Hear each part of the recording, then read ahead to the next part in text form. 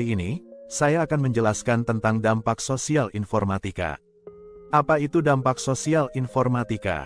Dampak sosial informatika merujuk pada perubahan-perubahan dalam masyarakat yang terjadi akibat penggunaan teknologi informasi dan komunikasi. Dampak sosial informatika dapat meliputi perubahan dalam cara orang berkomunikasi, berinteraksi, bekerja, dan berbelanja, serta dapat memengaruhi aspek-aspek lain dalam masyarakat seperti pendidikan, politik, dan kebudayaan. Berikut ini saya akan menjelaskan beberapa dampak sosial informatika yang positif. Dampak positif yang pertama adalah kemudahan dalam pengelolaan kegiatan keseharian. Saat ini, kegiatan keseharian kita dapat dikelola dengan bantuan TIK yang berdampak pada produktivitas yang meningkat. Contohnya, pembayaran tagihan bulanan dapat dilakukan secara otomatis dan periodik dengan e-banking sehingga tidak terlambat dan tidak kena denda. Pembelian barang kebutuhan sehari-hari dan makanan juga dapat dilakukan secara daring dengan mudah. Contoh lainnya adalah smart home karena adanya teknologi IoT.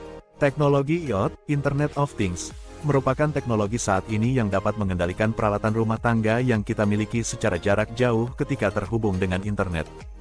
Dampak positif kedua adalah kemudahan akses informasi, searching dan sharing. Penggunaan TIK mempermudah kita mendapatkan informasi sehingga memudahkan akses informasi bagi banyak orang, terutama di negara-negara berkembang.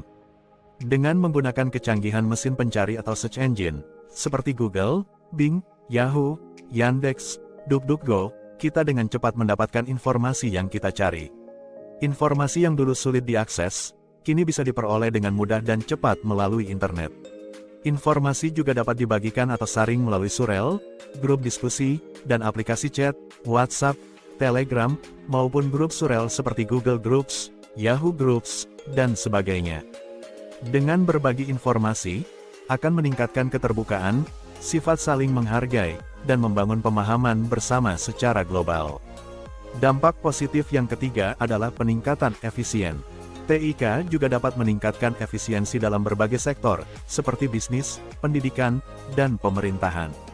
Contohnya, pendidikan, cara belajar berkembang dengan hadirnya e-learning, pembelajaran jarak jauh, dan media belajar interaktif. Penggunaan sistem informasi manajemen dapat membantu perusahaan atau pemerintahan mengoptimalkan pengelolaan inventaris. Dampak positif keempat, TIK memudahkan komunikasi dan hubungan sosial. TIK dengan aplikasi email, chat, video conference, dan situs media sosial, memungkinkan orang untuk berkomunikasi dan berinteraksi dengan orang lain dari berbagai belahan dunia, tanpa harus bertemu secara fisik. Hal ini membuka peluang untuk keterlibatan dalam kolaborasi dan kemitraan internasional secara virtual dengan aplikasi seperti Zoom, Google Meet, dan lainnya. Selain memiliki dampak sosial informatika yang positif, penggunaan TIK juga memiliki dampak negatif. Berikut ini saya akan menjelaskan beberapa dampak negatifnya. Dampak negatif pertama adalah penyebaran informasi yang salah. Banyak orang yang tidak bertanggung jawab menggunakan kemudahan TIK untuk menyebarkan berita bohong atau hoaks. Hoaks sangat berbahaya karena bersifat menyesatkan dan dapat membuat pembacanya memandang sesuatu yang tidak benar jadi benar. Kita perlu membaca dengan teliti dan cermat, mengecek kebenaran berita sebelum kita meneruskan atau menyebarkan ke orang lain. Ingat, bahwa sekali tersebar tidak mungkin ditarik kembali dan akan menjadi jejak digital yang dapat memengaruhi masa depan. Dampak negatif kedua adalah kecanduan internet dan game.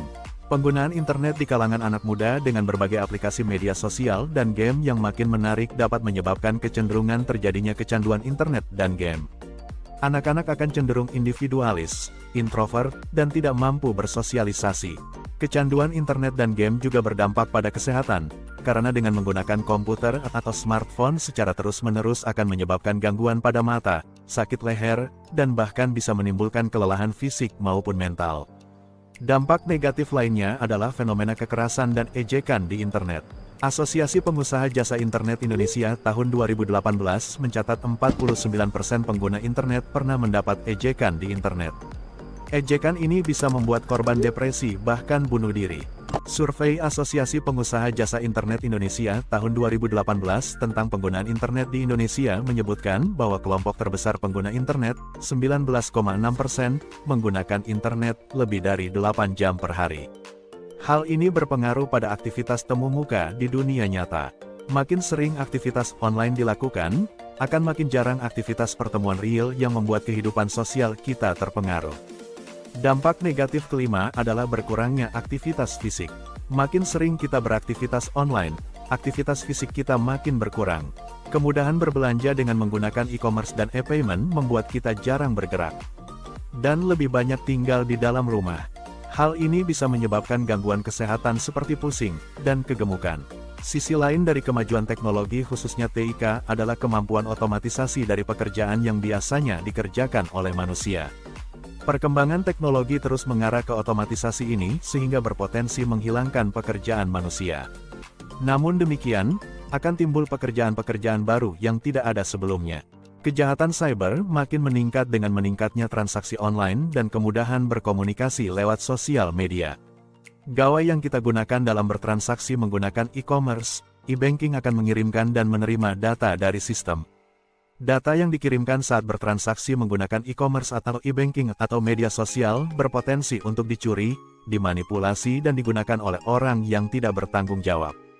Perlindungan data dapat dilakukan dengan mengenkripsi data dan menjalankan prosedur untuk mencegah kehilangan data. Selain itu data juga harus dilindungi dari virus dan malware.